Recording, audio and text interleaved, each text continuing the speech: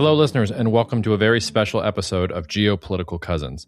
Joining me on this episode of the podcast, besides Cousin Marko and myself, is Peter Zeihan and Matt Gertken. These conversations were filmed over the course of the entire day of June 15th at Matt's house in Taos, New Mexico. I apologize that it took us a little while to produce it.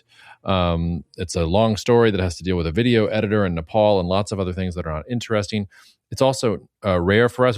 This was really the first time as the Cousins that we decided to do something in person. So we wanted to line up the video editing with the audio editing as well. If you haven't checked out our YouTube page, by the way, you can find this video on YouTube. The audio content will be the same, but since we were all in person, I think it actually does add something. Part one.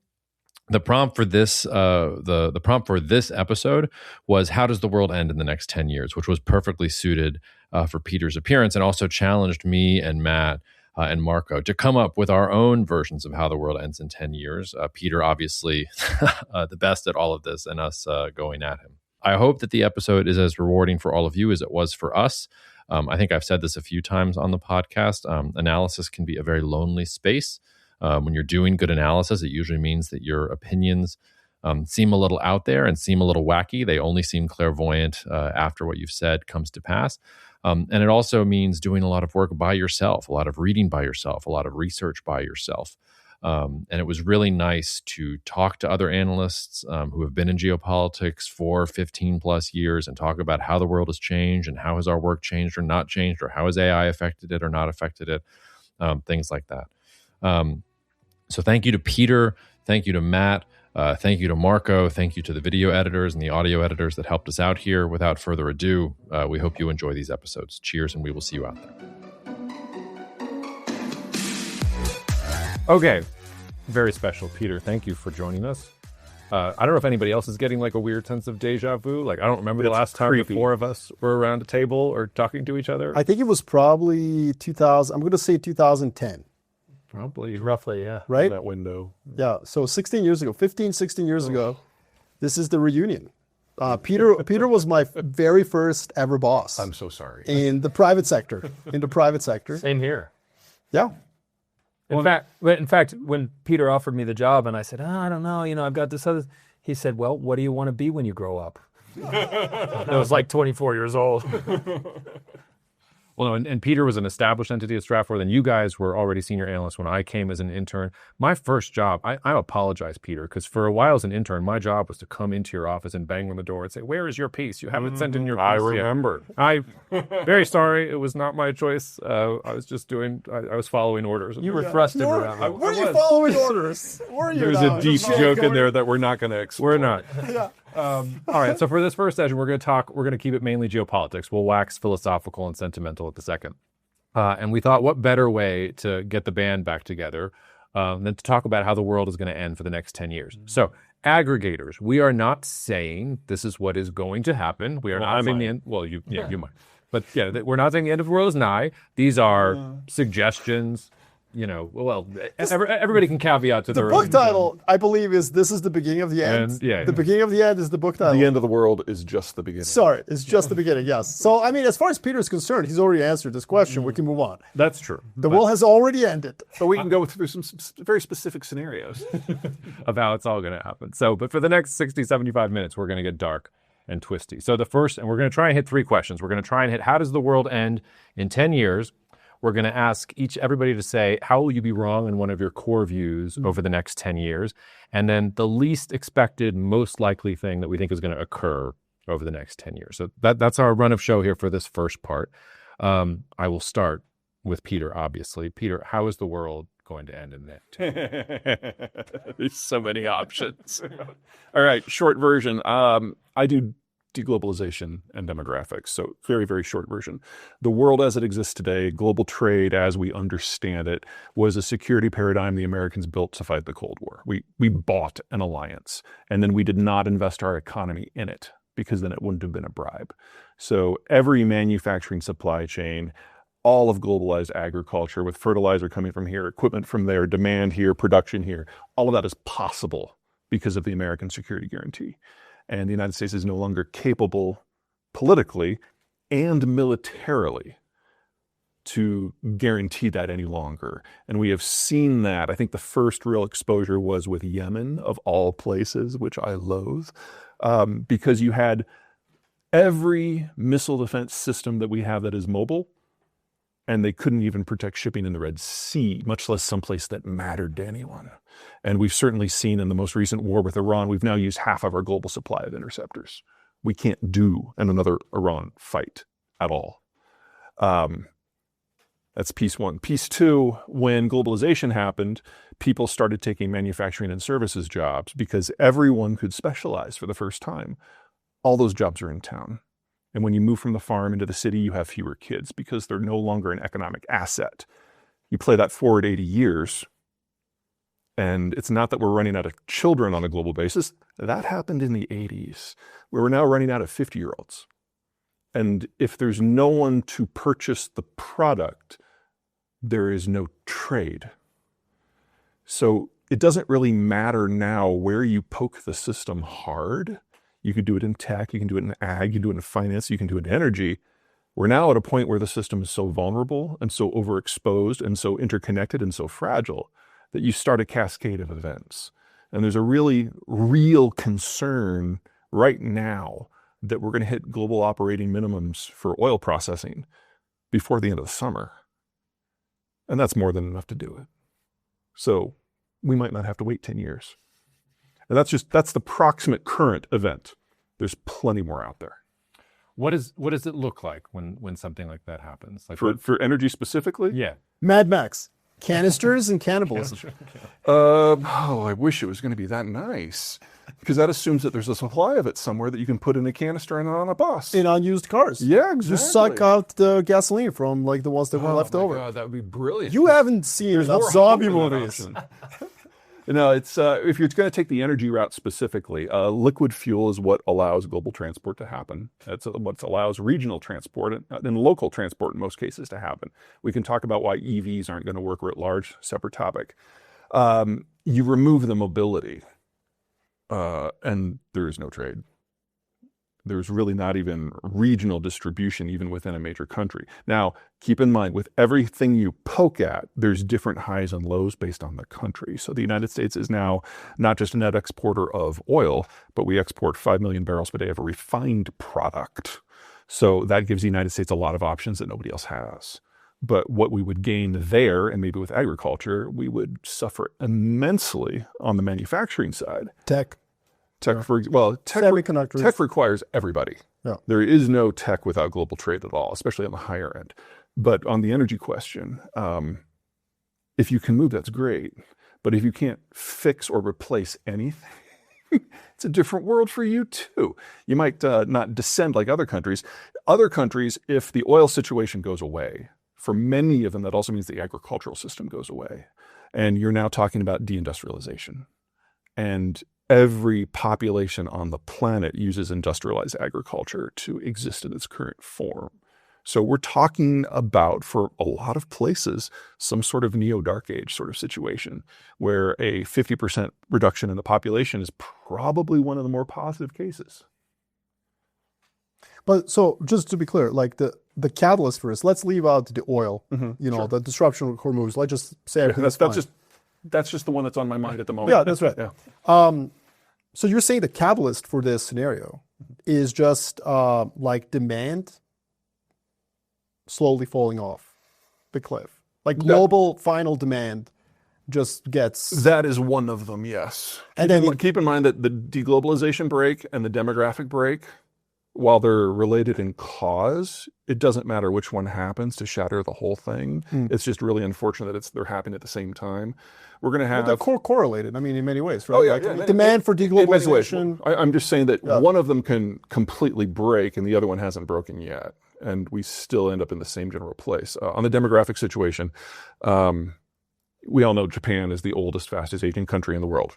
Yep. Right, well, maybe not. South Korea too, right? Yeah, actually, the Japanese have improved their lot, but it's still pretty bad. Right. Anyway, 2025 to 2035 was always going to be the decade where the majority of the advanced world and a significant minority of the developing world ages past Japan. So this was always the last 10-year period. It's just we're overachievers and we're doing it early. Interesting.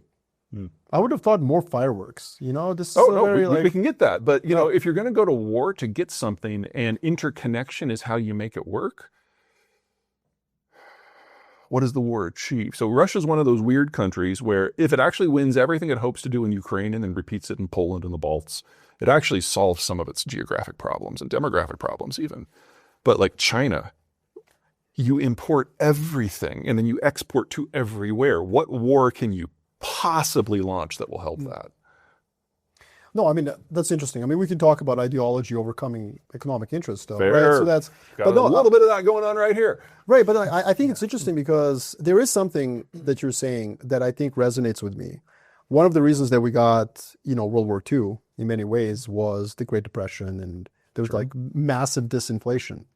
And so I'm just thinking disinflation, no, just deflation. Deflation. Yeah, deflation, like negative prices. And you're basically explaining a world where there's two things that are happening at the same time, deglobalization. But let's like double click on exactly what that means.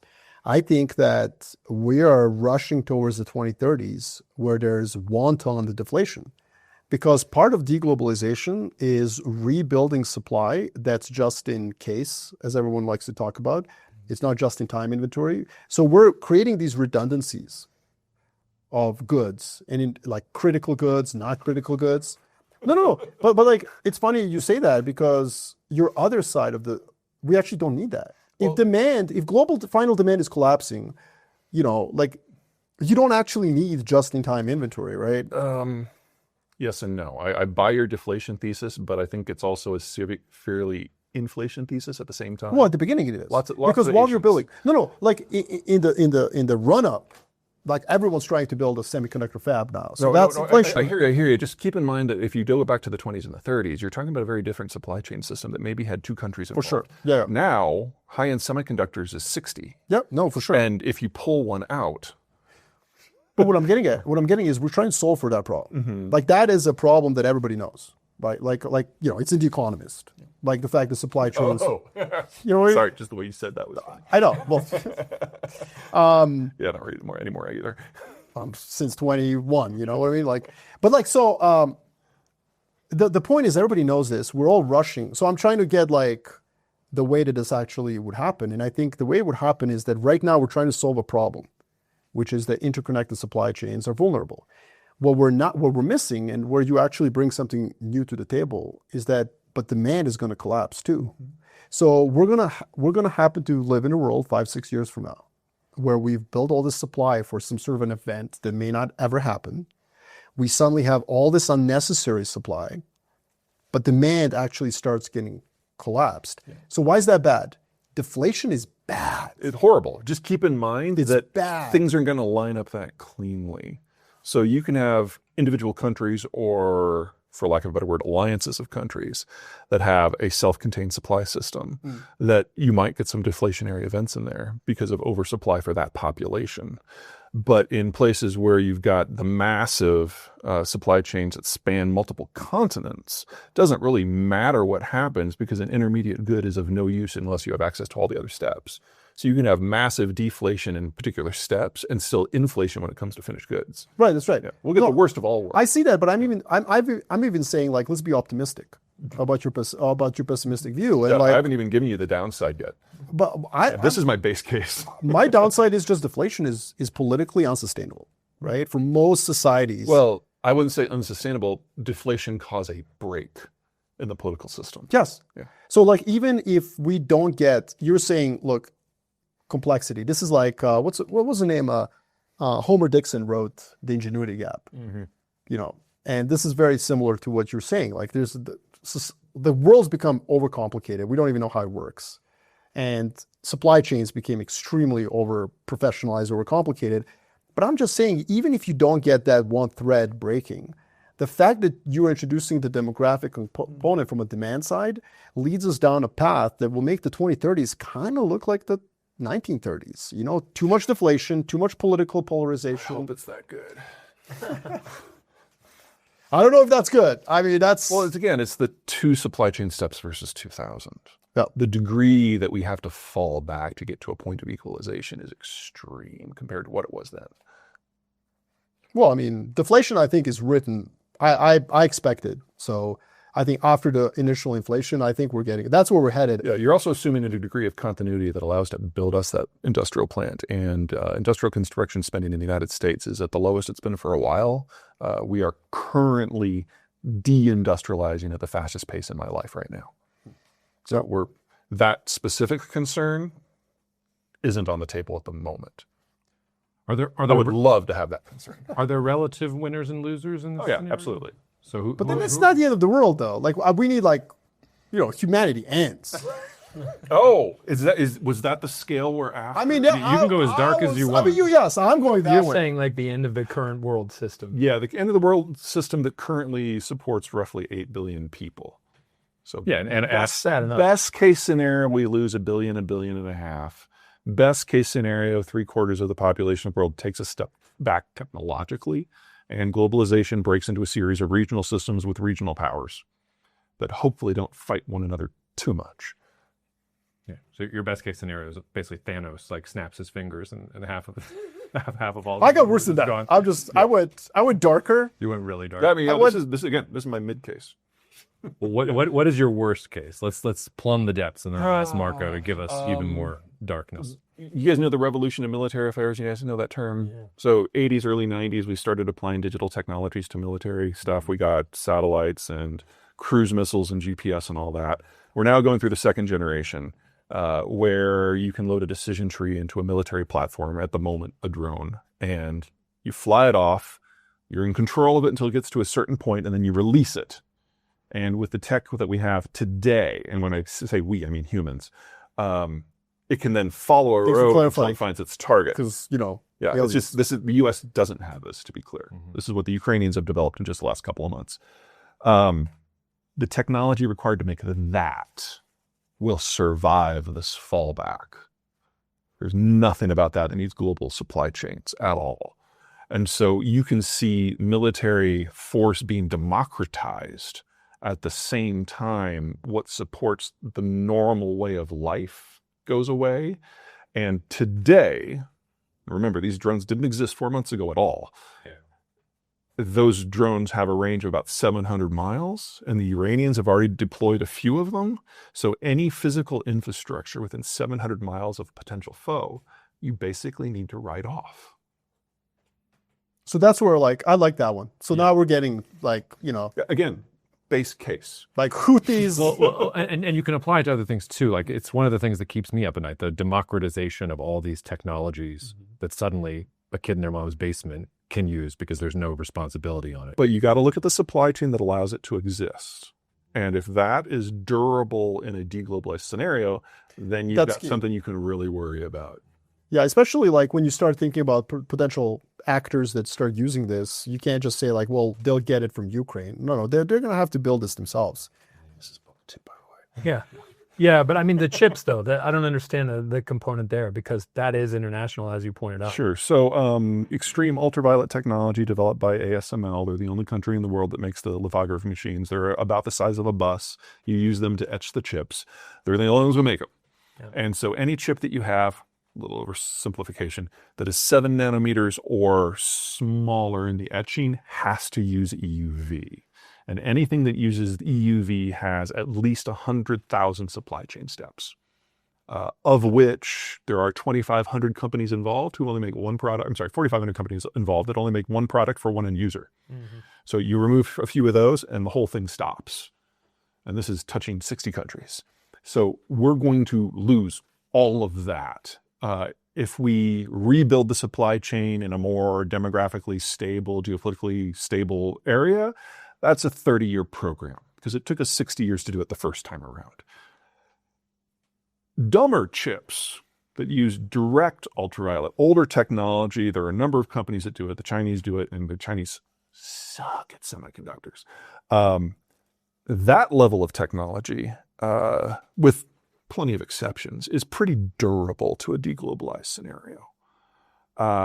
And these new memory drones, that I call them, all use that tier and not even the advanced part of that tier. Mm-hmm. So we've got this new technology that is potentially very, very destructive, that is probably going to remove Russia as an energy exporter this year. And then God knows what it's going to do to the rest of the front once the Ukrainians turn their mind at something else. That's going to go global. Easily. Best guess is that the hits on U.S. Military assets in the Gulf during the Gulf War, which the U.S. has really been playing down, were all these memory drones. Because once the drone gets in the area, it looks around, it makes a decision once, and then it goes. You can't jam that. Your only option is physical interception. And that's here, that's now. Well, I mean, but that does work, though. It works very well. No, what I mean is like physical interception does work. Yeah, you can still potentially shoot it down. You just need need interceptors, which we don't have anymore. Well, I mean, we do, they're too expensive, and we spent them, and like there's ways to intercept them with we have used Why not drone? half of our global supply. Why not counter drone? The country that is leading in counter drone is Ukraine, and the United States is not cooperating. Building up. What I'm just saying is like it is a solvable problem. Like, I mean, but can the United States go and capture the people that we need in order to do that? Because I would imagine they could. well, we're actually very good at capturing people now. I don't know if you saw that. So for an interceptor drone to make sense, you're probably going to need 5 or 6 drones fired for everything you're trying to take down. And that makes it very easy for the attacker to just send concentrated against a single target. I don't want to say it can't work because it hasn't been invented at scale yet, but that seems to be the weakness to where we are that the Ukrainians have already identified because they've brought some of their interceptors, which are about the size of a duffel bag. You can just tote them wherever you want. And their hit rate is maybe half of, say, a PAC-3 out of a Patriot system, but they've only got a range of about 20 kilometers.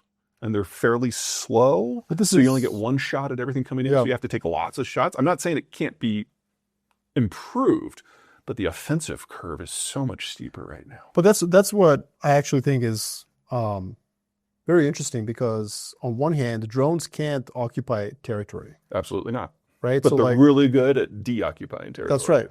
That's right. And I think, and also it basically means that you don't want to put all your eggs in one basket, i.e. aircraft carriers, Ehrlich-Berg destroyers. Like there's all sorts of like platforms that America has that are just very expensive.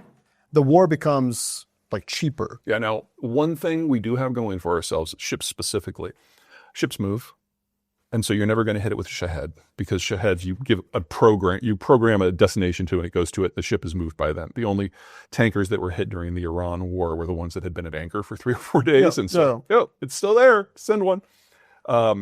How long that will last is unclear. Well, your point is that they're memory drones. They can actually do a decision tree and choose it. Right, but you have to get it to the general area first. Okay, yeah. And when you're talking about a ship, you're talking about not having much of detection radius because it's on water. So like, for example, the Ukrainian acoustic signature system on their border for picking up Shaheds as they come in, that means that they get a warning of 10, 20, 30, 60 minutes, and they can concentrate their defense on the vector. You can't do that on water. And so you just, because the ship moves. Now, that might change. And one of the things we're seeing in the Black Sea is they now have these the sea babies with a range of 1,500 kilometers so they can loiter. Yeah. And if they combine that with the memory drones, they haven't proven they can do it yet. Yeah. And the problem is just geography. Because like a ship that's on the water, a drone that's on the water just doesn't have much of a detection radius. You need to pair it with something else. Yeah. What I was getting at is that in particular, when you start talking about sea drones, I mean, it makes things like blockades more effective. But interestingly, all this also makes offensive operations less effective, not more. I mean, you can destroy. Well, you can destroy things. You're correct about that. But like, you still have a problem, right? If you're fighting somebody else who has the same technology, occupying land becomes very difficult. Yeah. Which is interesting because it kind of freezes the world. Yeah, I wouldn't call that defensive, though. I would just call that, what's the old Roman term? The march. A zone where no one can effectively hold. But what I'm getting at is that it's a world where the weak shall inherit, the meek inherit the world because you can defend yourself from stronger powers. And it actually becomes very difficult to have these, territorial ambitions in this world. That's kind of what... It's very difficult to hold it. Very easy to make it so that nobody else can. Yep. Yeah. It's area denial. That's what drones ultimately are. Basically, everything looks like Chechnya. Yeah. Yeah. Can I ask you one thing, and then I'll start batting around. You said that the Chinese suck at semiconductors. I want to ask you a little bit about that because Huawei was left for dead. They're still around. They announced that thing to great fanfare, Tao's law. We don't need Moore's law anymore. We got Tao's law. Can they be good enough to Oh, compete? sure. Yeah. No, it's like the idea of stacking chips instead of getting smaller, that makes a lot of Well, and sense. also like your point is 7 nanometer chip and below, like whatever. This is a world of 20 to 40 nanometer chips, which Chinese The dominate. Chinese, I would argue, can go up to 28 nanometers Yeah. by themselves pretty well. Now, keep in mind that the purification required for a lot of materials they still can't do, so that's not a blanket statement, but they're pretty good at that level. But this is what I think is really important to understand, and this goes back to our conversation earlier. While we were waiting for Peter, I think that the amount of technology you need to effectively become relevant geopolitically is actually much lower than people think. Sure. Like even AI systems. I mean, when you're talking about decision trees, this isn't like this. It's more complicated for you to ask ChatGPT to do an interior design on your kitchen remodel than for a memory drone Don't to choose. get used to ChatGPT. No, exactly. Well, and to your point, and so it's a world where like I think overemphasizing the tech stack that's at the top 5% is a mistake. You can keep emphasizing it if you want. I'm not disagreeing. But the middle matters. The middle matters. This is my point. Like everybody thought, the Biden administration was obsessed about restricting Chinese access to 5 nanometer chips. And it's like, well, who cares? Wars are fought between 20 and 40. And then some 3-star general that probably can't even fire up their Outlook will tell you, yeah, but future wars are actually won with 5 nanometer chips. And then Peter Zeihan shows up. He's like, no, actually future wars will be fought with spears and these drones, and that's the point. This is how fast things have changed. But we're not fighting wars like we did even during the Biden administration when they were doing those things. Yeah, at least from my point. But the level of technology you changed. need is not like, it's less than what you have in your smartphone. Sure, yeah. That's kind of the point. Yeah, well, keep in mind that the United States dominated military activity in the, let's call it 30 nanometer to whatever the high end is, for 30 years. And so we've become used to that being the norm, but that's not today's technology. That's yesterday's technology. So of course other countries are moving into that, and a lot of them are moving into it in a different way than we did it. Yes. Yeah. Well, that's where incumbency hurts, Well, that, and we were always fighting from the other side of the planet. Exactly. So with us, it was always about range and precision. For people in the Eastern Hemisphere, it's not. Yeah.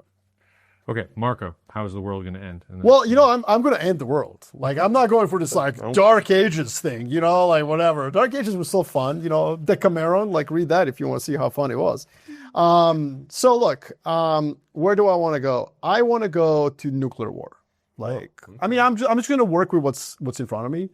Like Peter is like the fancy Japanese fusion Mexican chef who's bringing all these new ingredients. I'm just going to stick with the basics. Yeah, I'm going to go with pasta and meatballs, baby. And I need a lot of nukes to blow up.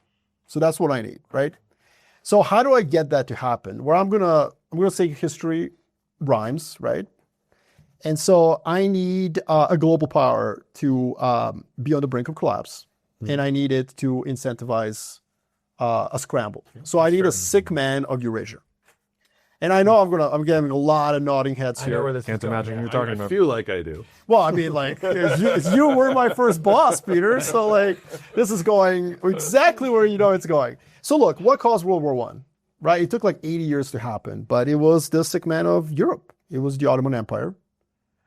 Basically creating a power vacuum, right? When you create power vacuums, it sucks other countries in. And I think I'll probably disagree with that assessment, but continue. But the biggest power vacuum out there, territorial vacuum, is Russia. Yeah. The heartland.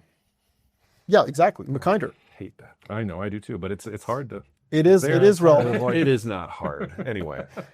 Look, the thing is, Russia's got a lot of problems on its hands. First of all, I mean, Peter just basically articulated why they are legitimately losing the war in Ukraine. At this moment. I mean, things could change, but I find it very fascinating, by the way, I'll bring this up later too, that Vladimir Putin could only mobilize once in December of 2022. That was the only time he attempted it. That tells you everything you need to know about the social stability and the political acumen and the political support for the regime, quite frankly. That political support was based on a quid pro quo, I get to conquer half of Ukraine or more. But nothing happens to you domestically. Your life will be just the same as well. You can go to the same grocery stores that Tucker Carlson loved, and and eat the same crumbly. Such a fuckwit. I will never forget him going through the grocery store and pointing at the brown bread, bread, and be the like, bread, "Oh my god, this is bread. amazing!" Listen to like, dude, come over. I'll bake you a sourdough loaf. Like, this is not hard. Well, anyway, you guys can do that in his barn. I would love to, Tucker. I'm here, man. You want some bread? Yeah. I'm here. But listen. My point is, all of this is collapsing, and if you study history of Russia, people think Russians are very good at war. They're not. They're good. They're very good at tolerating pain. Suffering. And they're very good at when they get invaded, right? Yeah, withdrawing. You got huge supply lines. It was mean. You've got supply lines, so you can... No, you have winter and you have space. On offense, I struggle to remember an epic offensive war that Russia or Soviet Union or Russian Empire won. It's a struggle. You got to go back in time. So... Well, And it happens after every single time they're on offense. I disagree with a lot of your founding points, but I think we're going to get to the same conclusion.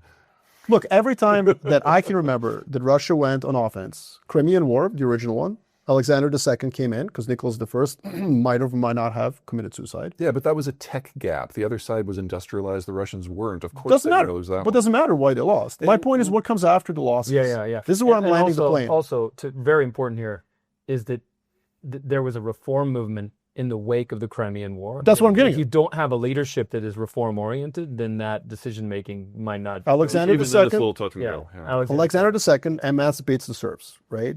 The second one that I can think of is 1905 with the Japanese. Yep. That was the beginning of the Duma. Industrialized versus non-industrialized. But again, The beginning of communism. what right there. exactly? 1916, 1917 was seen as a war of imperialism, offensive war. They didn't have to fight that war. That was a war of choice. Boom, communism. You go fast forward to Afghanistan, what happens? Fall of the Soviet Union, Chechnya, fall of Yeltsin, Ukraine, fall of Putin. After every single failed offensive operation domestically, they suffer. So I think that the part of my forecast that's easy to kind of make is that I think that there is disruption coming to Russia. That's where I'm like that. Now, why does it go nuclear? Well, first of all, you need a lot of nukes to end the world. And Russia has a lot of, I know, it's kind of obvious. You're looking at the candidates. Okay. Yeah, and Russia's in a state of disarray. How many hydrogen bombs would you actually need to destroy the entire world? Define destroy. Like make every city with over 2 million people uninhabitable. I don't know. Probably a lot. If you're going to use city flatteners, you'd need at least 10,000. 10,000. Okay, so the Russians are halfway there. Yeah. Well, more than halfway, but I think... I'd still call that the end. I was going to say, I think that... I'm willing to give them wiggle room on that detail. I think the Strategic Air Command, when they did this with Eisenhower and Kennedy and Johnson, every single time the conclusion was that the radiological disasters associated with it would kill upwards of 500 million, 700 million people. You take out 10 spots with city flatteners in just the United States, you throw us back 30. And by the way, you can feel free to stack our doom scenarios. So Peter's point is look, we got no operating margin here in global supply chains. Give me one nuke. You know what I mean? There you go. Oh, let me stack on your problem with some additional problems. The countries that normally develop nuclear arsenals are the ones who don't think they can win a conventional fight. That's right. And with the United States going all woohoo on strategic issues, we now have Finland, Sweden, Germany, Poland, and Romania openly debating not whether, how to get a nuclear arsenal. That's right. So when we do get to the point that the Russians get a little twitchy, there'll be some other people twitchy there with them. If I was to put a stab in the map, there is no version of Ukraine that can ever be secure so long as the Russian cities of Belgorod and Rostov-on-Don continue to be physically connected to the rest of the Russian Federation. Those are the two transport hubs that are being used for the entire military operation. So if Ukraine does manage to push forward and push through this, they will continue pushing until those two cities are no longer a problem. Plus Belarus on the north as well. You might as well... Belarus is different. It's much more roundabout. I'm not suggesting that it couldn't fall in it, but these two cities have to go. One way or the other. And now you're talking about a physical invasion of the motherland. And that's a very different political conversation for Moscow. And by the way, I don't even, that's one scenario. The other scenario is just that the countries around Russia, once the sclerotic political system starts to erode, there's plenty of countries around Russia that may want to participate in its dissolution. Finland. top of the list. The Europeans are on one side, China, Turkey, and so anyways, I fear that over the next 10 years, the biggest geopolitical issue is actually going to be this weakness of Russia. I can even see a world where us in the West, we're actually propping a regime in Moscow, which happened with the Ottoman Empire, by the way, in order to ensure that it's an operating, vacuum filler, so as not to allow others to come in. I find that unlikely, primarily because the Trump administration has gutted all the people who are capable of thinking that way. Well, I mean, things come and go. Those people, those are replaceable. That's just a rotation of personality. I mean, 5 really years. hope so. In 5 years, you don't know what goes on. But what you can say is that, if a vacuum is a problem, right? If it's a problem. Yeah. And by the way, what's great about your thesis is you're setting up a stage for the rest of the world, for the rest of us. The supply chains are at risk. Sorry, I got to open up this a little bit more. For this next statement, just makes my comment sexier, but also the mic. It's the mic. My point is, look, we got no real slack when it comes to supply chains. If you suddenly lose 20% of the world's nickel production, and by the way, you don't need collapse of regime in Russia for this to happen. Look at the output of oil or nickel or any other commodity out of Russia in the 90s. It's not like Russia completely collapsed. It still had the Duma, it still had the president. It was still, Yeltsin was running around and they had elections, And yet, look at what production of all the things the world needs Russia to do. Look at what happened to it. It didn't do well. Halved, all of it. I'm going to inject my joke here for a little levity. These two heard it earlier, so Peter, you're going to really be my guinea pig here. So Vladimir Putin dies, and he goes to hell. And sorry, Vladimir, and he's in hell. He gets released for good behavior for a night because the bar's low. Exactly. So they let him go to Moscow and do whatever he wants for a night. So he goes to a bar in Moscow and orders a vodka, and he starts asking the bartender questions. The first question is, "So, is Crimea still ours?" And the bartender says, "Yes, Crimea is ours." He goes, "Is the Donbass still ours?" I say, "Yes, the Donbass is ours." And then he works up courage. Is Kiev still ours? And says, yes, we have Kyiv. That'll be €8, please. So actually, but there's something important about that, which is that, and I think this complements what you're saying, but I don't know that you would take this approach, but the EU as a concept needs to expand. It needs to take border territories that could be a problem, and it needs to absorb them. And Ukraine has been sort of an example of that. But obviously, they ultimately did want to take Belarus and others. And in a period where Russia is receding, there's probably going to be a continued impetus for Europe to expand.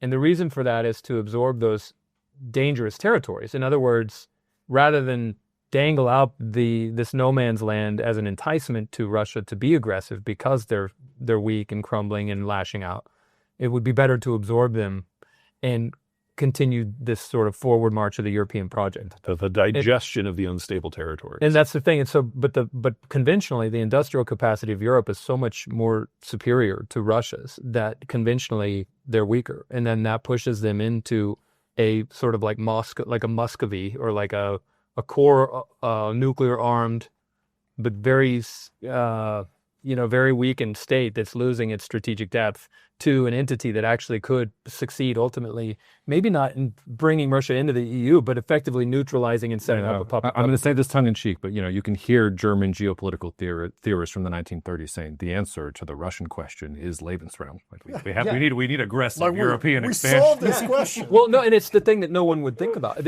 Also, let me just say, for those who are saying, well, yeah, but Europe is old and they're not aggressive.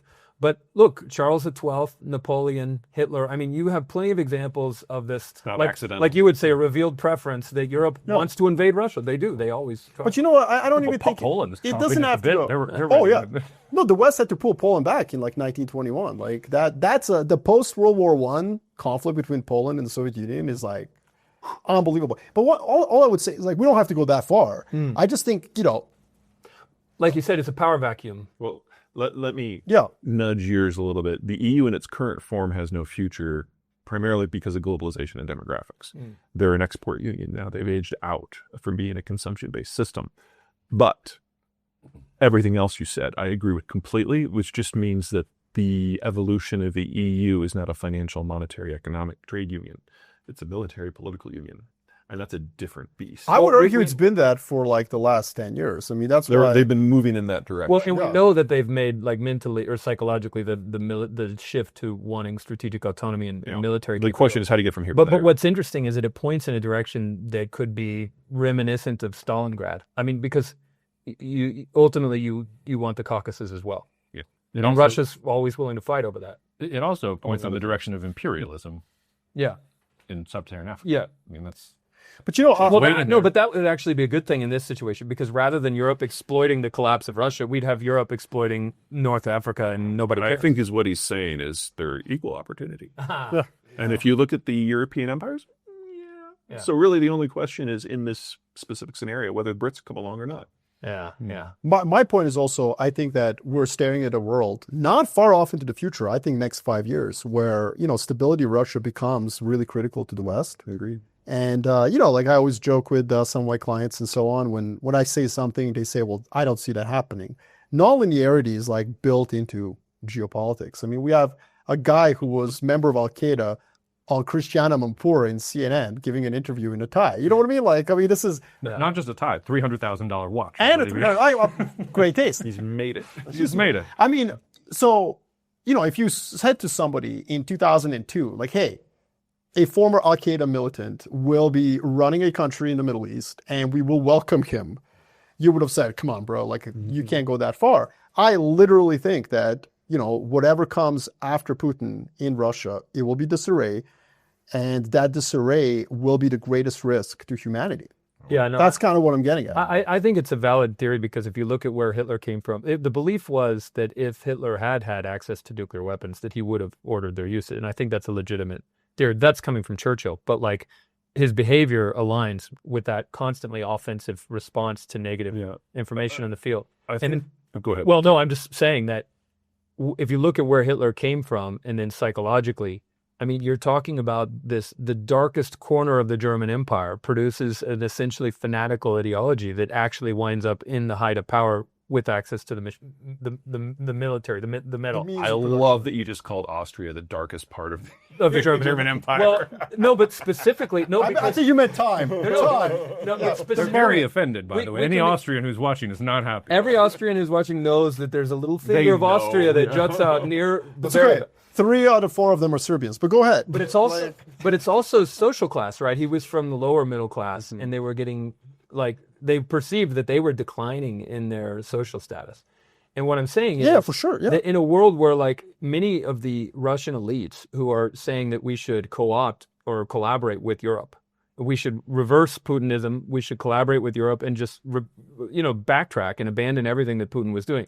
But you're going to have this virulent faction of holdouts who believed in the war and believed in everything that Putin told them, and actually are still technically in power too, because they I'm going to break with you on that part. Yeah. I agree with the rest. So Putin built the current elite based on whether or not he believed they believed what he believed in, and whether or not he could completely manipulate anything that they said and did. Yeah.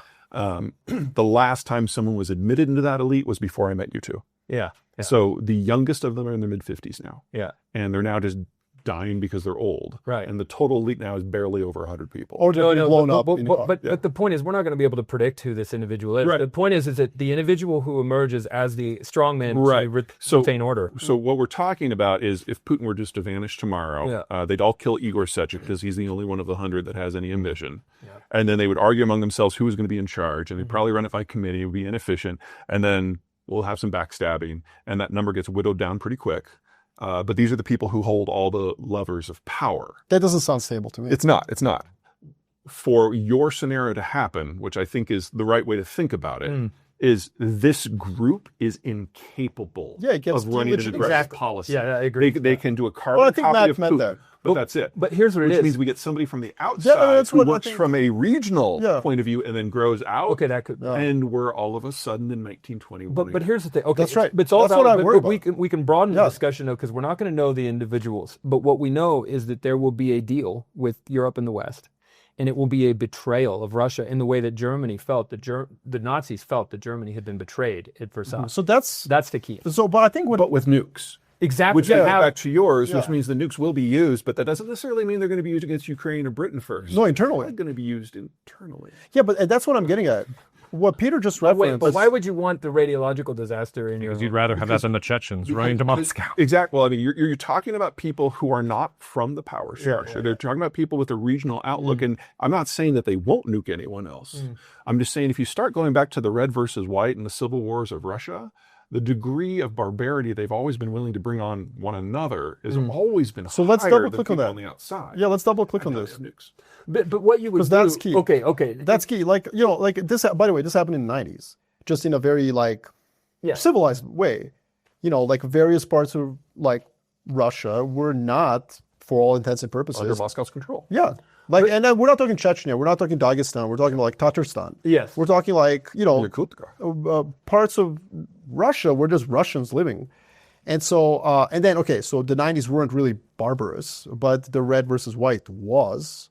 That was that 1920s, early 1920s period where if you superimpose that kind of conflict, I think in today's context, that starts looking very bad. But I think if Russia's collapsing internally and they're embroiled internally, and even if they're using nukes in a civil war, which I find hard to believe, but let's say, right? But I still don't think that gets us to the end of the world.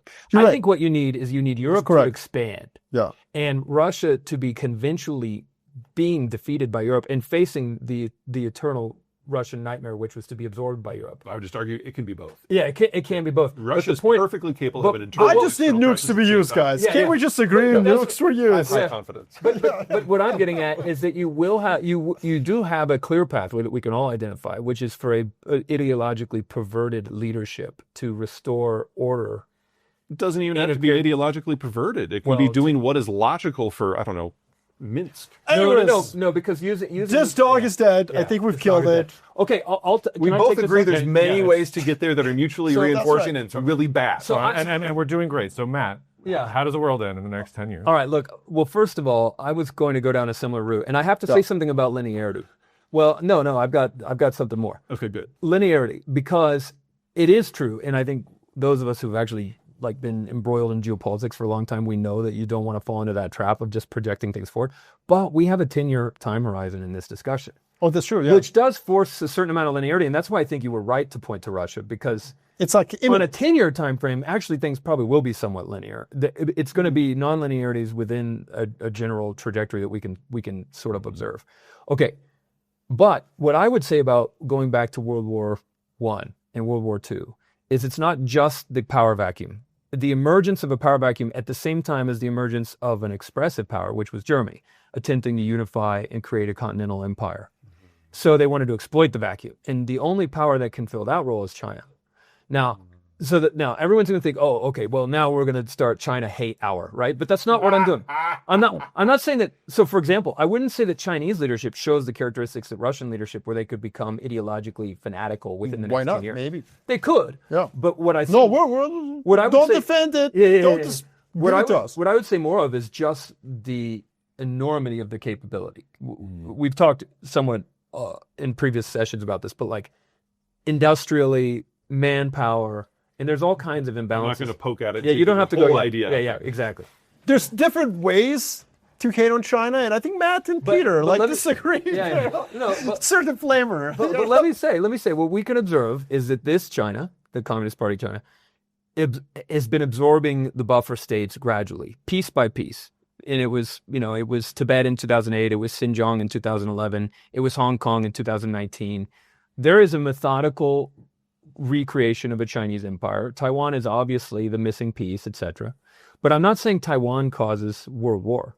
What I actually think is more likely is simply that Russia is going through this. China is attempting to absorb Russia as effectively some kind of satellite state and solve its resource problem. But what, interestingly, what this creates is a dynamic that when China takes Taiwan, and however they do it, the problem is that Japan and South Korea panic and they go nuclear. And so then what we have is a world where you're reviving all the ancient animosities between China and Japan.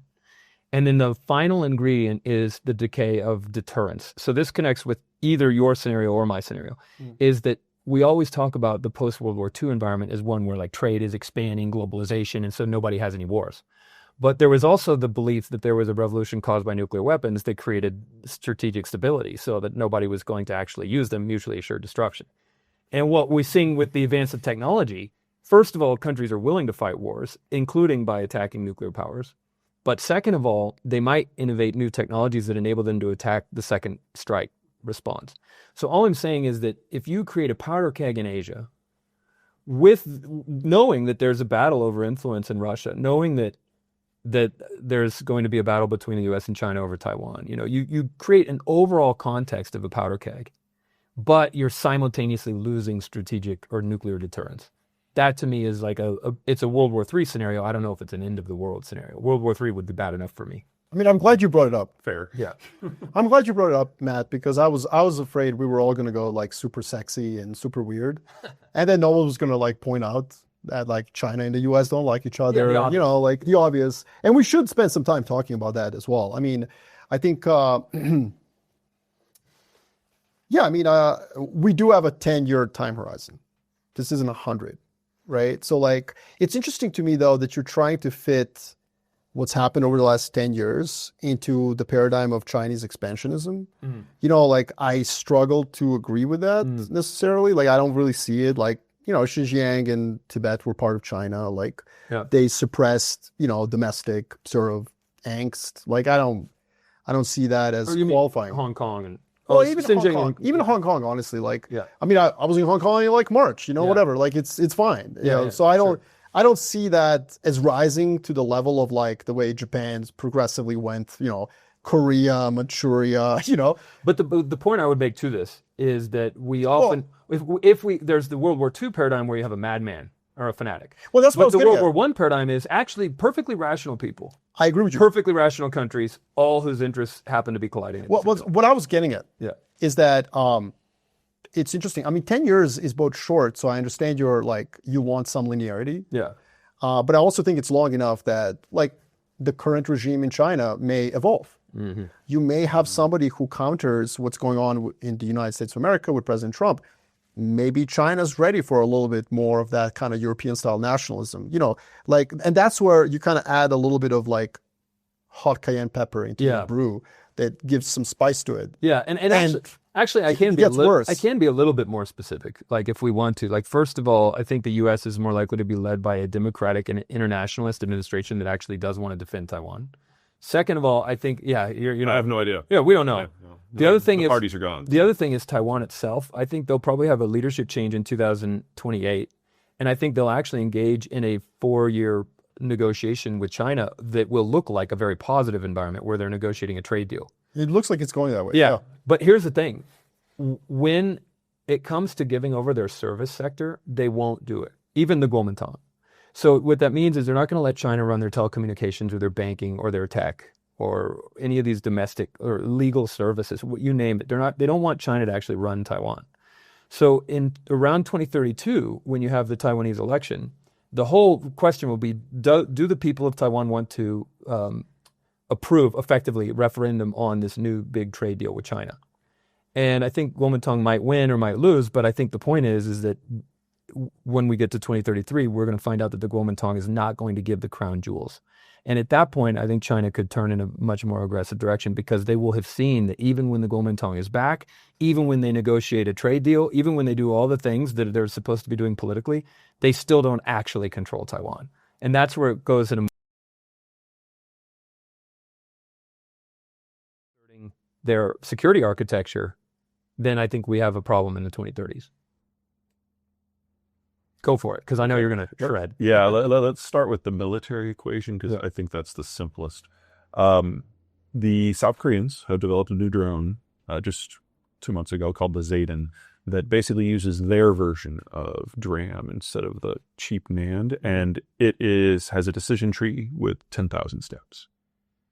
So it's the closest thing to a fully autonomous system we're probably ever going to get. And to think that the South Koreans and the Taiwanese are not comparing notes with the Ukrainians every single day. Yeah. So if you're talking about 5 years plus from here, the Taiwanese military will be able to easily defeat anything that the Chinese throw at them without any help from us. Well, they'll just nuke them. I mean, If that is the solution, that is the solution. I mean, But also, like, wait a minute. Let me push back on that. Like, I've been hearing people say, like, China's on the brink of collapse, and then suddenly their EVs are running around and they're good. Like, you made a point earlier that the drones that are really good, like, the bar is really low. Yeah. Like, the Ukrainians are making these, like, as they go from, like, a van on the next to the trench. Yep.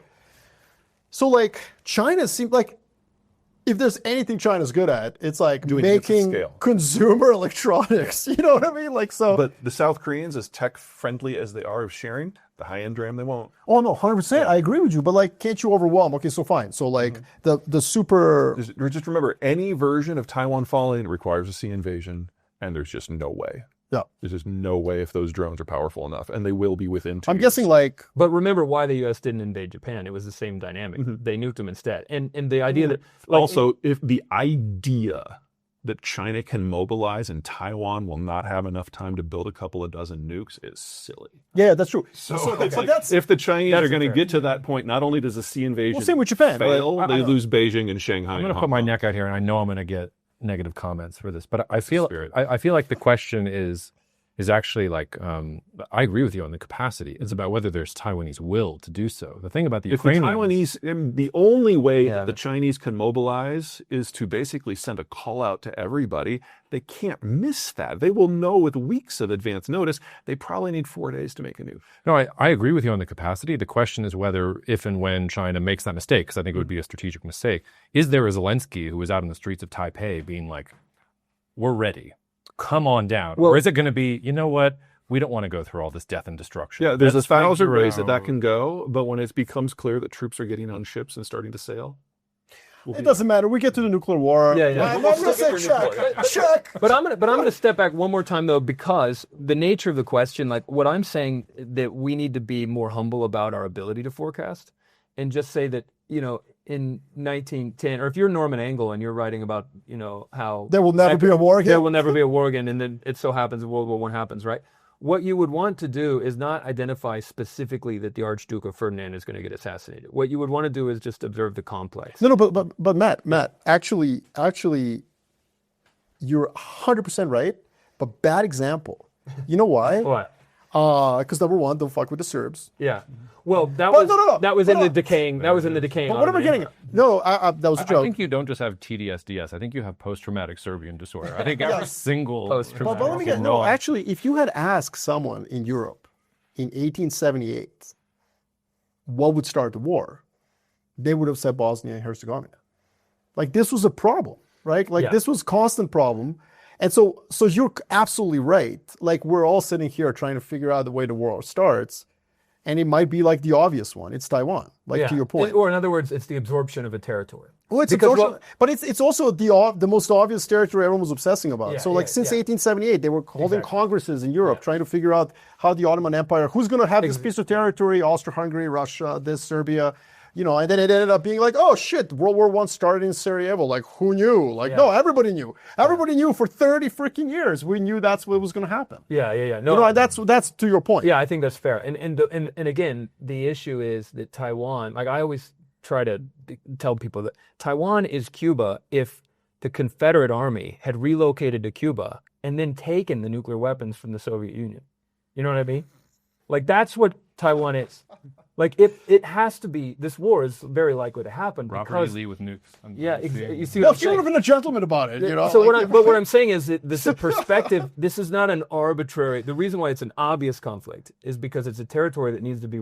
No, I don't think you have to sell it. I think we're sold. No, I'm not. No, You're not sold? No, I've never thought of the you think they'll just be able to defend themselves? Well, no, I mean, that's what I think now. I didn't think this 2 months ago because the technology was not going in that direction. right. Now I'm just like, holy shit, this is so easy. No, but before this, I was definitely didn't think there was going to be a war. China is the most dependent upon the globalized system of any country on the planet. And Australia now has the offensive firepower to end China's connection to the world. So does Singapore, Malaysia, Indonesia, Taiwan, Vietnam, Japan, the United States, India, Iran, Pakistan. Yeah, but that's where Russia actually becomes really critical for China. It does, but it's not enough. It solves some of the resources issues. It may not be enough. But what I would always just say to that though is that wars have always started because a nation is pursuing an objective, I hear not you. because they did a rational, holistic, like Kantian assessment of whether it was. And rational. so I'll get to that in a minute. Yeah. I'm getting there. Yeah. So 80% of their energy is imported. 80% of it is from the Persian Gulf, and we're seeing some wobble this year. But I mean, that's a lot. 80% of what they use to grow their own food is imported. Yeah. They're the biggest, 80% of their national income comes from exports. Yeah. Well, If they 20% of their income comes from. let me rephrase that, their hard currency earnings. Yeah. Okay. Okay. but Which is not as important as GDP, but anyway, bottom line is all of this is dependent upon the world being permanently accessible. Yeah. But you know what, Peter? Any conflict with Taiwan ends there. But hold on a second, Peter. but- Wait.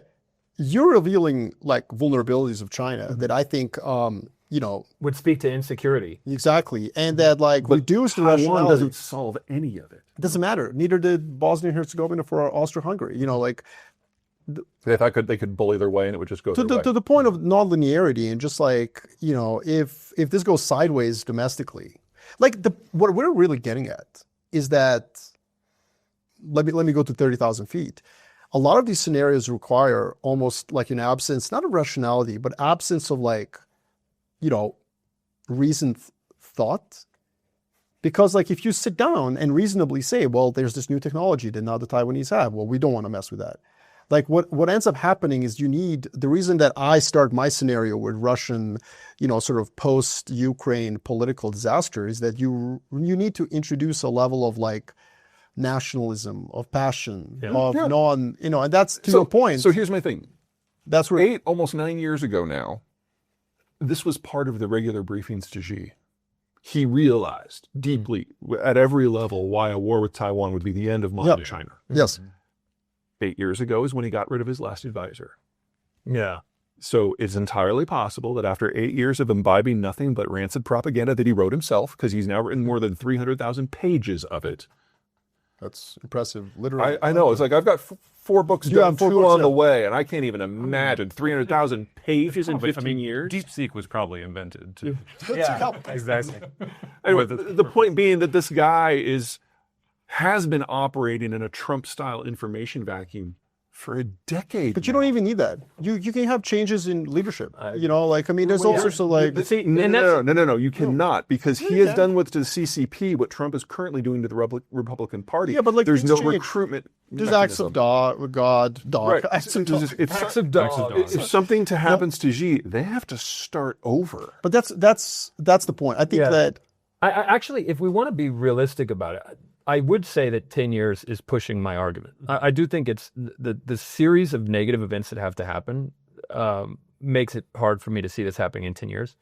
But 2036 is sort of like the earliest that I could put this sort of a conflagration, because I can imagine debt deflation, social unrest, the Taiwanese, like the point I made about Taiwan not giving up its technology or social sector, and then ultimately, erosion of nuclear deterrence and the acquisition of Russian resources.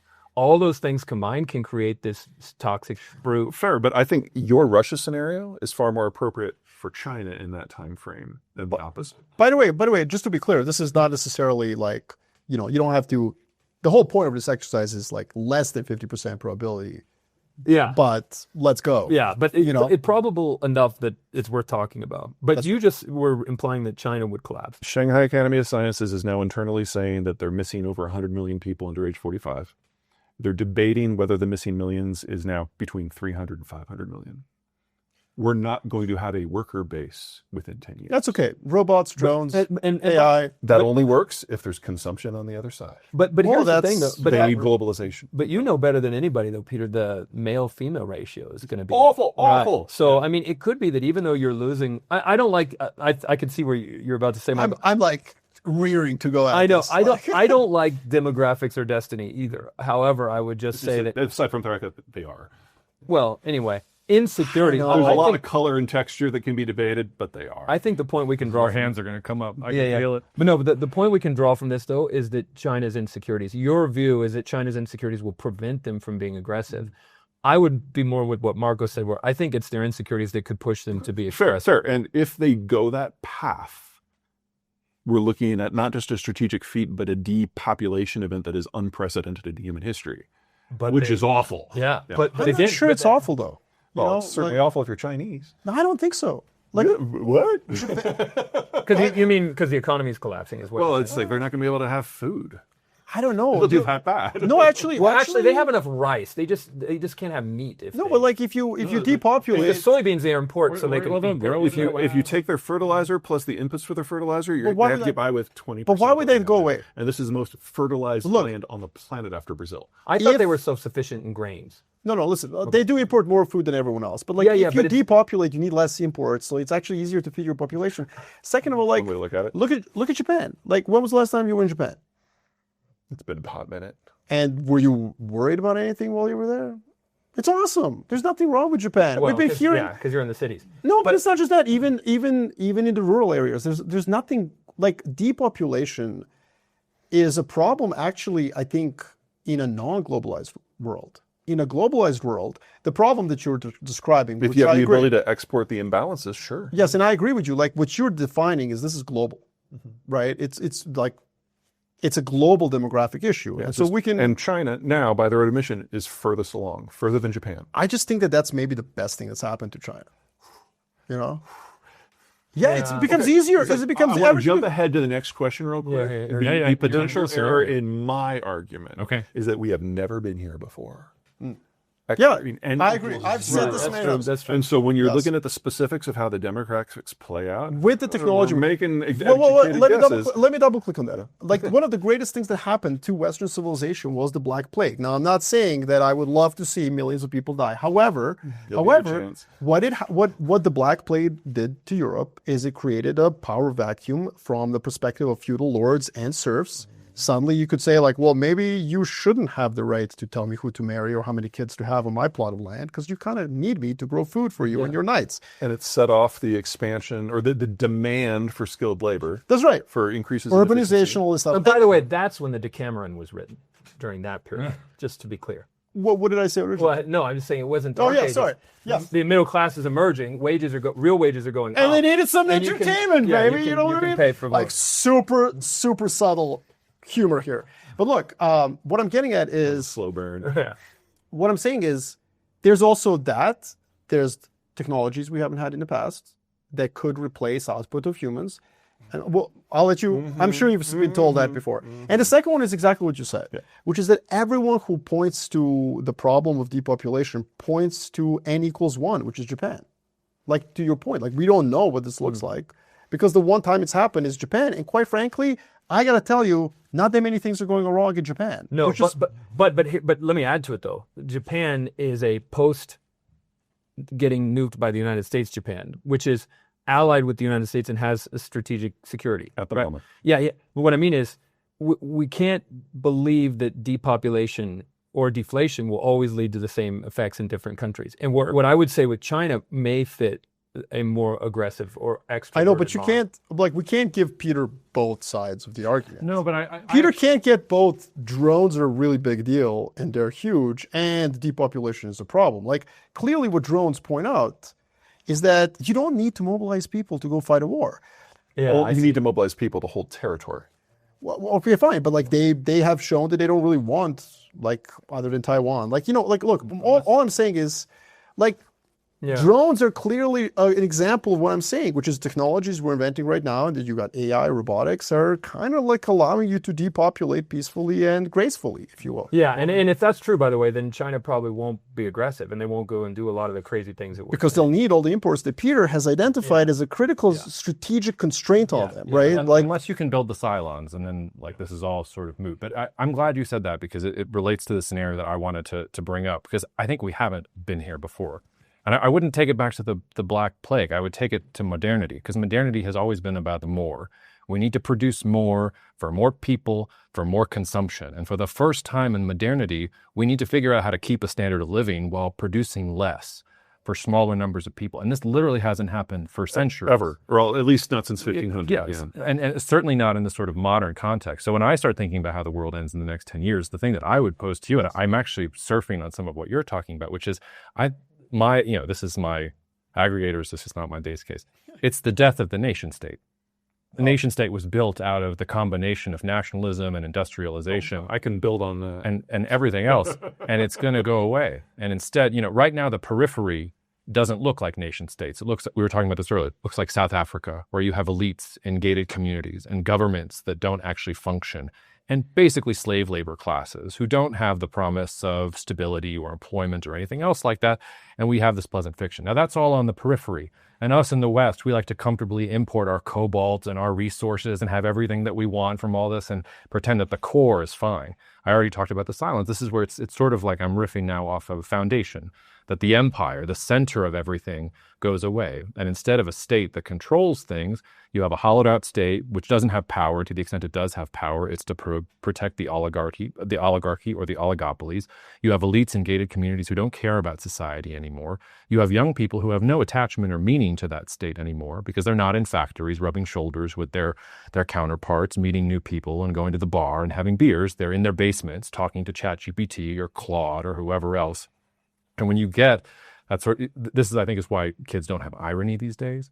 We can't do satire anymore because our politicians are beyond what we could satirize. Yeah. Like, it's impossible for comedians to do anything with what we have. And this is where I do get spooky, because I don't think it's World War III and nuclear weapons. I'm thinking, so what happens in this hollowed out sort of state of being where the nation state is no longer there and no longer organized? We can have both. We can have both. Give me my nukes. Well, it'll happen because the elites will just start firing things at each other. I wouldn't make it because they an don't elite care. thing. Let him finish. Land to play, yeah. Yeah, but just the last point of it is, how do we? so what happens when you get a coronal mass ejection that knocks out all the utilities in the United States? There's no functioning. No, he's got That was the rule. He's got the And space is part of it. What happens when we get a pandemic and we can't mount an Operation Warp Speed? No, he had an excuse. He had an exception. Well, no, I don't accept that. No, but I'm starting with the You did. geopolitics. I'm Yeah, I saying agree. it's not like I it's agree. any one I of like these. it. It's a rising sea level. I like it, yeah. All these things are going to keep happening to us, and our capacity to respond. Because I've actually come to the conclusion, like, it's not going to be a pandemic if we're organized, because we can figure out how to solve a pandemic. We can solve climate change. We can solve all this stuff. What we can't solve is if the state has no ability to function. Nobody gives a crap. It'd be so much worse. Well, that's So riff. every economic That's system good, but lack of every economic system we have, capitalism, European style socialism, command communism, corporate fascism, all of them are based on what you just identified, and that pie gets bigger. The idea that there's more people, more interaction, more trade, more technology, more finance, back to more people. That loop has defined the last 500 years. Now, it took us 250 of those years to figure out those four models. And I wouldn't say that we perfected them until the 20th century. That loop's broken. We're no longer in a world of more. No. And last time, it took us 250 years plus a couple world wars to figure out what the four models were going to be. Yeah. That's all going to be going on at the same time as everything else that we've discussed today. Wait, but there's still something I'm missing, because like Marko made the point about the know-how, the productivity enhancements persist. Yeah, so you gotta, So you're knock saying down- the population, the people are shrinking. I get that, Mhm. but then why wouldn't the remaining people use the surplus productivity? Because we've moved past that. The whole idea of the information revolution is that information isn't something that exists in a book or on a thumb drive or in one person's hands. It's a living thing that requires thousands, not tens of thousands of people to make it work. yeah, And when you break those connections, that knowledge stops, because that's how knowledge works now. And so when we break the globalized system, whether it's because we have one country that is throwing a fit or one country that is disintegrating or changing the economic model, we're all going to take a big step back, because it really does take almost all of us now. And then you start messing with ideology on top of that, Well, yeah. because we will have it. I look. One question I have, just one. No, I mean, I like, this was an exercise to end the world. So, like, We're on topic. we're on topic. I just think that one, I think, problem with your argument. There's two, I would say. One is, I knew it was more than one. well, there's two. There's really two. Just population growth, like, flat lines, demographic Mark, reverse. don't start doing what George did, where he would do three things and then he would only get to two and never. I do that all the time. By actually, the way. a lot of people do that. There's I do 3 that. points here. Well, I had 3 great points, and then somebody interrupted like this, and I forgot it. I'm here. The world is ending. I'm trying to throw in some jokes so people don't Yeah. light themselves on fire. But let's take the U.S. economy right now. Like, let's take the U.S. economy right now. I mean, 20% of Americans are consuming 50%. You know, so like It one was more than that, but anyway, please continue. more than that. Sure. So like, if population starts declining, it doesn't necessarily mean that demand goes down as well. Yeah, but you're describing a different economic model. That's fine. I mean, it's one that like a where we're lot headed. of us What have that's brought called, up. I don't know. but, Yeah. Well, I mean, it's called it's like affluence. It's called affluence, right? K-shaped economy. You know what I mean? Like, I thought it was affluence. Each household gets more and more stuff, right? Because Well- if the productive means, Or it's called feudalism? I mean, well, it depends. to its extreme, yeah. Like, I mean, sure. But the point is, all I'm saying is that the demand does not have to egregiously collapse. Demand collapses in the feudalistic scenario because the middle class gets hollowed out and doesn't have any spending power because of inequality. Again, we've been living through this and- in 6-8 years, and growth in the U.S. Consumer spending is like growing. Yes, but what economists have argued is that if real wages had kept up with productivity, GDP would be even a lot. Even larger. I agree, but that's a different. Yeah, a different thing. But I'm just saying, you could see that. But there's a way. Before I forget the second. So the first point I'm saying is like even if population growth and demographics declines, you can still have the affluent continuing to demand goods. Exactly. Yeah. That keeps globalization going, or like not a 10 out of 10. I agree with you. Those days are gone. The second thing is, you said you had a counter to the technologies, right? Because what I see right now is like idiosyncratically, not really connected. We have robotics getting better, the drone technologies, stuff like that, and then you have AI as well, all coming in at the same time. You have to have a pretty negative view of those technologies, like almost a Luddite view, to say that they will not. It's a question of timing. But those technologies have been developed during the period in which the demographic trends But I don't think have already it's- started. But I don't think it was on purpose. But We did it. Yeah. Well, okay, so Maybe. large language models didn't exist in any meaningful way just 8 years ago, and then all of a sudden it's the thing. They're not the only type of AI. There's Yep. machine learning, there's video and audio creation. Every type of AI that's kind of in the top 20 categories, with the exception of machine learning, is dependent on those high-end chips. So all of that stalls or goes back. Now, it doesn't happen like that. From the point that the system breaks, and it'll be pretty obvious because it's an input throughput thing. From the point that you design a chip to the point that you can actually have an intermediate chip that can then be incorporated into a product. No, I get that. 3 to 4 years. And so you're going to have the throughput that's going through the system for at least 12 months to produce the last batch of chips, and then those will get tested and incorporated into systems over the next 6 to 12 months. No, I get that. But what I'm getting at is that your system that you built does require a shock. And the reason I say that is because demand itself flailing is not enough of a catalyst. I think it undermines the entire economic existence of trade. I know, but well, not necessarily. Again, like we've had a very strange economic reality in the last 6 years where like the 20% are continuing to consume more and more and more and more. And like without Fair. And we're entering a period where the state is going to consume more and more and more. in order, and like in tax, maybe the proceeds, like what I'm saying is like, you're saying like, yes, Marko, but the technologies you're relying on to replace humans are brittle. And I'm saying you're correct, but then you do require a shock to expose that brittleness, But you guys got to help me out with this, and I think some who are watching might want, because if the supply of workers is declining, working age population, then the value of each of those workers increases, right? So real wage should increase. Now, they should then be able to consume and acquire more things. That's the affluence. But that has to replace the decline in labor itself. You know what I mean? Yeah, but isn't that just Isn't that just sorting to different industries? So that if healthcare is a booming industry because we're taking care of a declining baby boom generation, but after that, healthcare is less of a growing. But then now more and more people are going into these supply chain and logistical type of jobs you're talking about in order to. In theory, assuming the shock doesn't happen or is in the future, in theory, this will be very, very good for blue-collar workers. That's what I mean. Because Yeah, the industrial expansion that has to happen, those are the jobs. And the supply chain.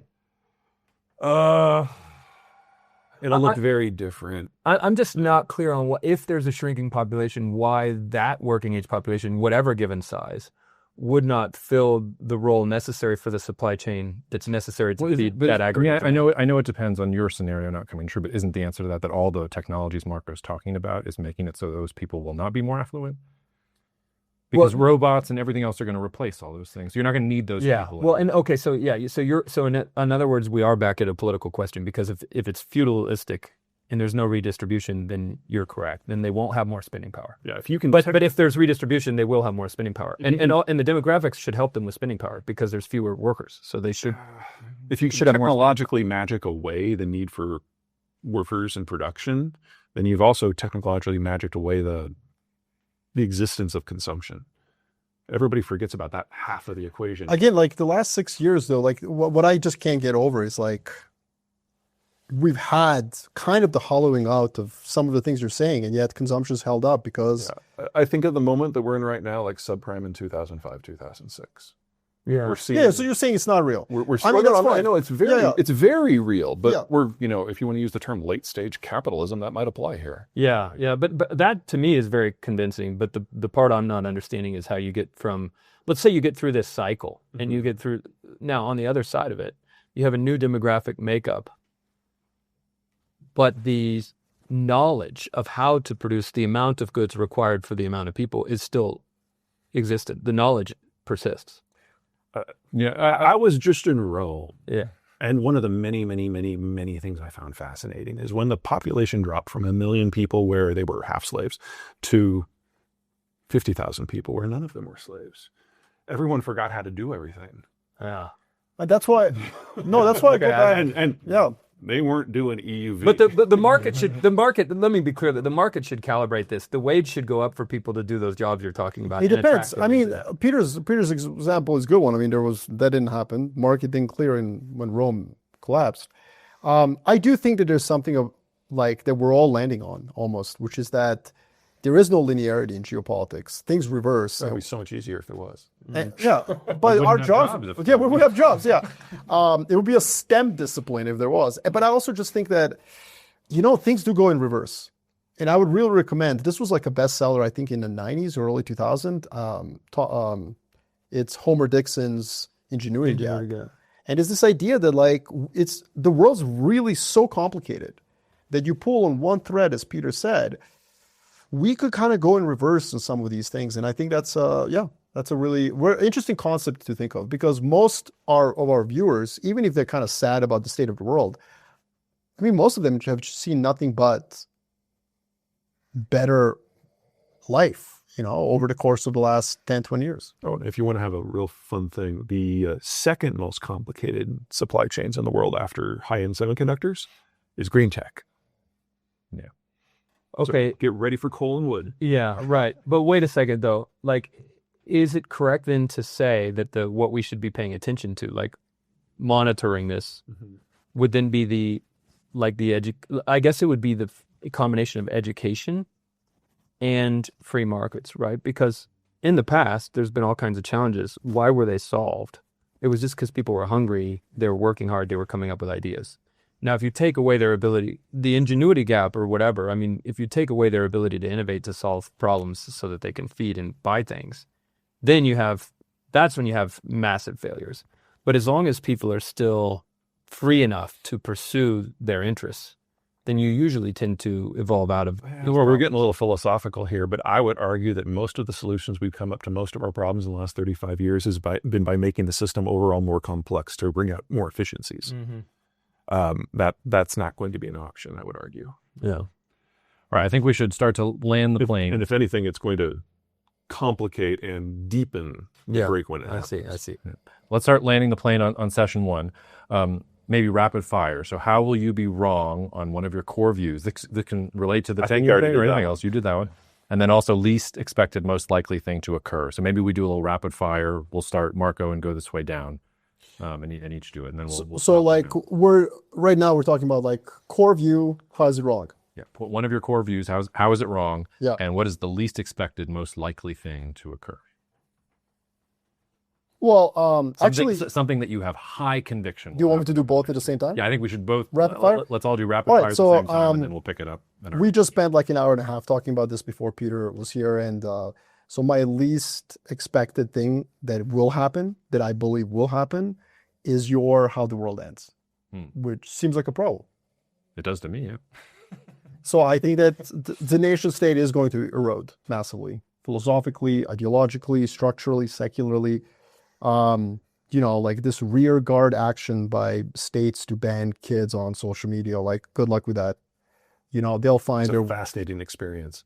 It's fascinating. Experiment, excuse me. Yeah. Experiment. So I think the nation state is going to weaken. How are we going to measure that? I think it's going to be difficult to do that, but I think, rise of like sclerotic policymaking, legislative activity, just like, basically inability to really control the institutions that mattered. Like these institutions, everybody thinks nation state collapses because it just doesn't exist anymore, or like it's an orgy of violence. It can also just happen where like nobody cares that the Holy Roman Empire has been here for 1,000 years. Like, well, yeah, sure. The emperor, like, let me right back to him. So that's the first. The second thing was... How to be wrong on it. What is a core view of yours that could be wrong? So a core view of mine, which, I used to kind of like forecast what's going on in the world, is that the world is multipolar. It doesn't mean that there's one country it doesn't mean that all countries are equally powerful. Actually, we have one country that is still the most powerful country in the world, which is the US. But that power doesn't go as far as it used to, to effectuate reality. So I think for that view to be wrong, I think something has to reverse that. Either China and the US rise up and create the bipolar system, which most people love because it's very mathematical. It's easy to theorize. Game theory is easy to do. The national security establishment of the United States of America loves this because they can pull the playbook, and it's like, oh, we know how to win this thing, So I actually don't think that that's likely, largely because of a lot of problems with China that Peter has laid out in all his research. So it would really have to be America reassert its dominance, and I think that I think you can point to all the technological things that America is really good at, and you can make an argument that the US exploits AI and those technologies better than the rest of the world for whatever reason. There's a number of reasons to expect that's already happening. Exactly. And I think you have to kind of hang your hat on technological dominance, which both seems like a cop-out, but it's like reality. I mean, America has been technologically dominant for the past, I would say, since 1930s.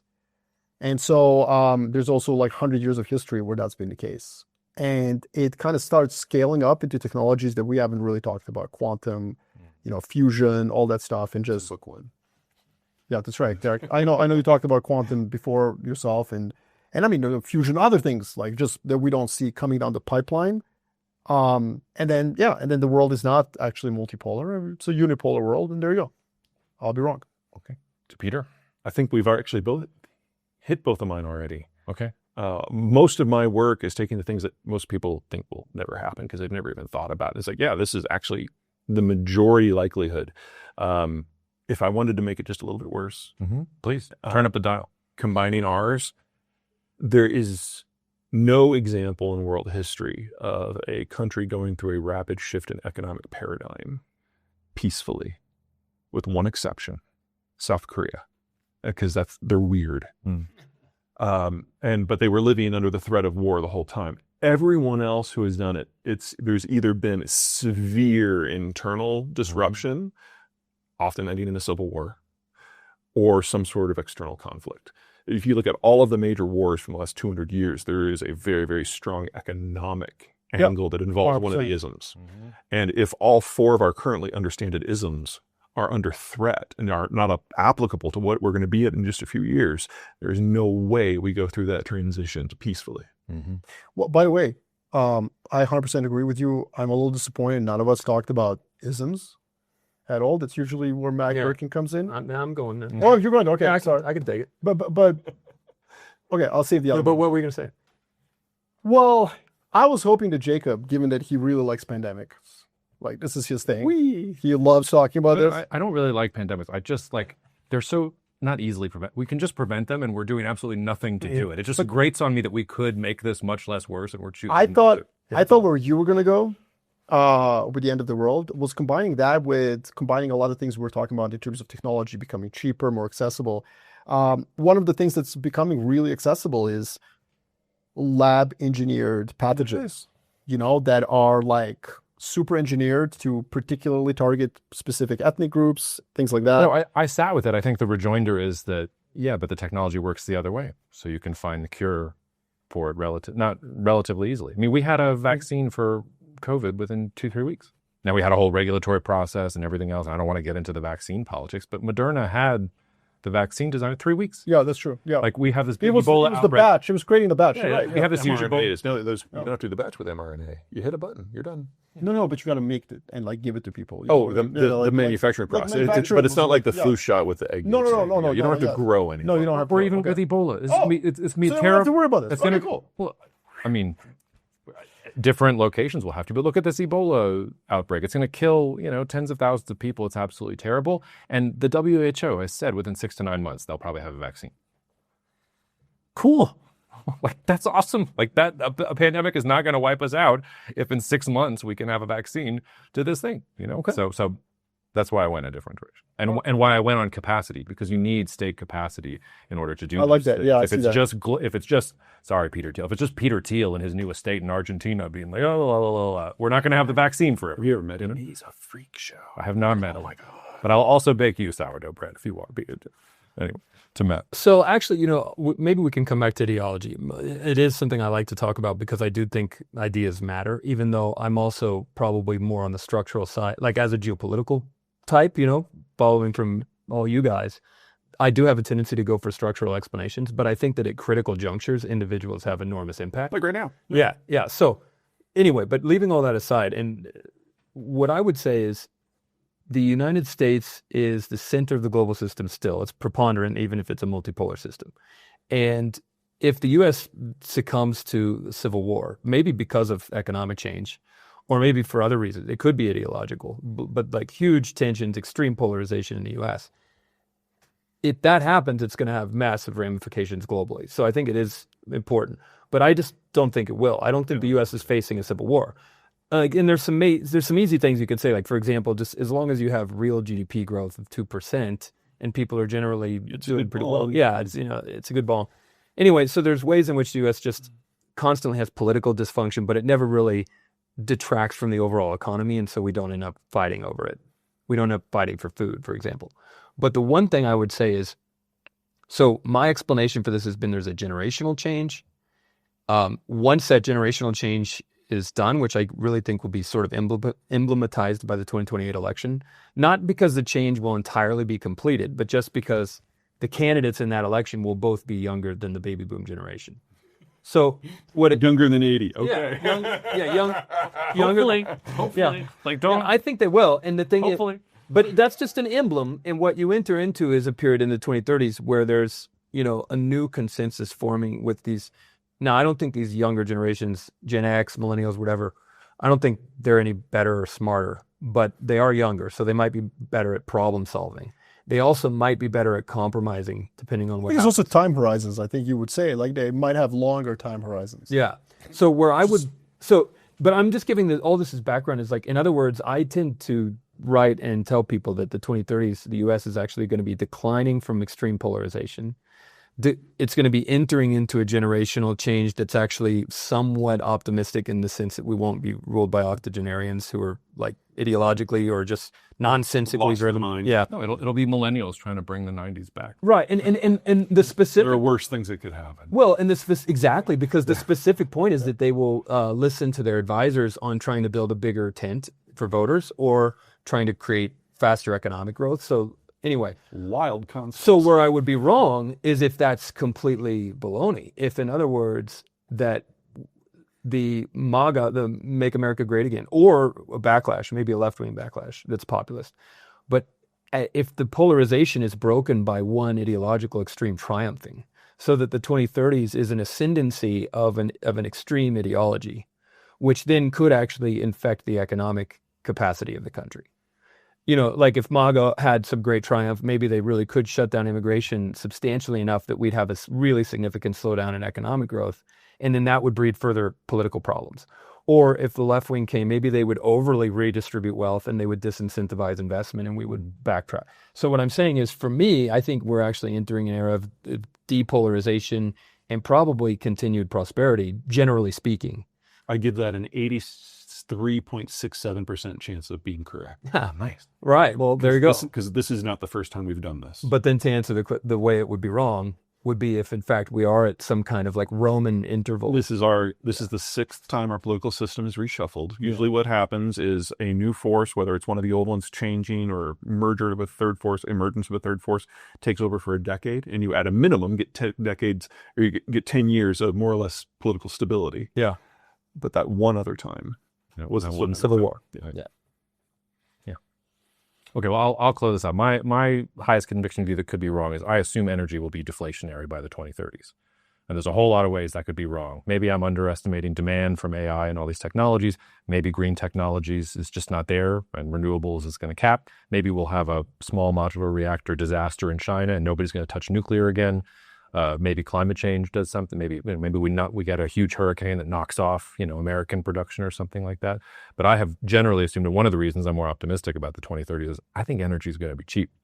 And I think it's going to be a race between countries to see who can have it cheapest. And if you have cheap energy, maybe that blunts the edge of some of the negative forces that we've talked about. But there's all sorts of ways that could be wrong.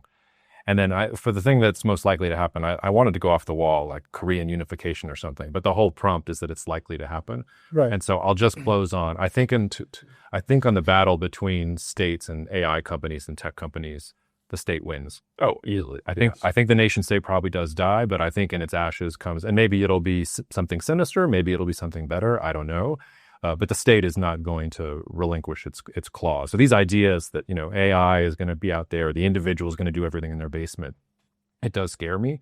But I think the state will control the men with guns and will eventually there will be a reckoning at some point. Yeah. Okay, now wait a second though. I want to pick on that. So in other words, you're saying that the 19th century model of the nation state is dying, but the state itself will prevail. The state There'll be a new form of state. Yeah, it will have to transform itself in order to exert control because it's old ideological.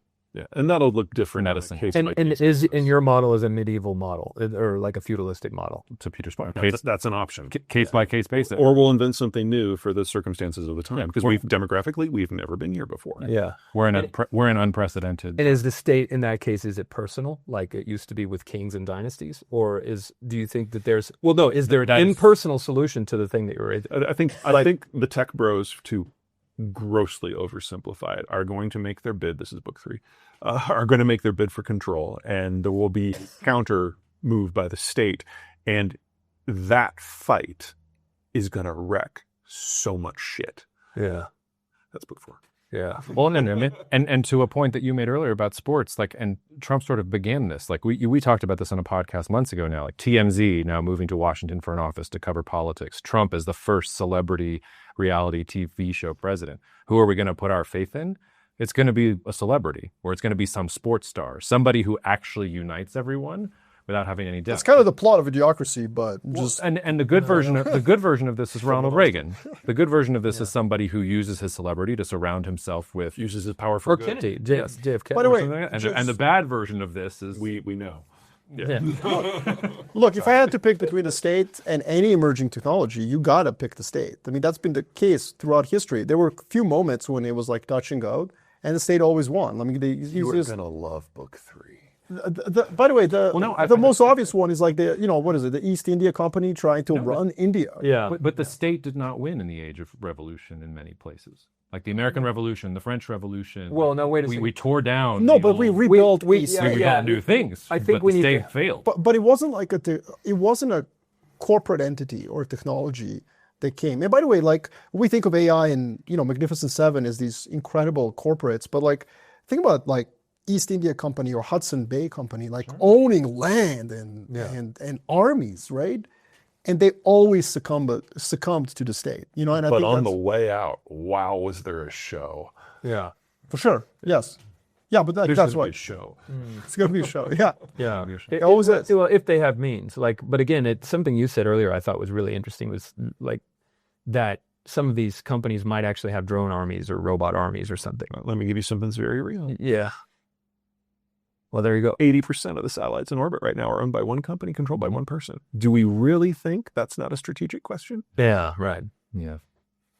Yeah, I'm very much on the state side about this too, but I think we should recognize that there are states, and some of them may be dissolved. But Well, the and- state as an organizational principle is going to be very hard to get rid of. Well, and maybe today's cartels become tomorrow's states, or Well, maybe other paramilitary. Yeah. As all four of us have now said, not all places are the same. Yeah. So Well, and- this corporate event can have a very different impact in a place like Saudi Arabia versus the United States. Yeah. And to Peter's point, I think that what's interesting is the showdown is going to come. Because I think that's clear. The showdown always comes. That's what like there will be blood is about.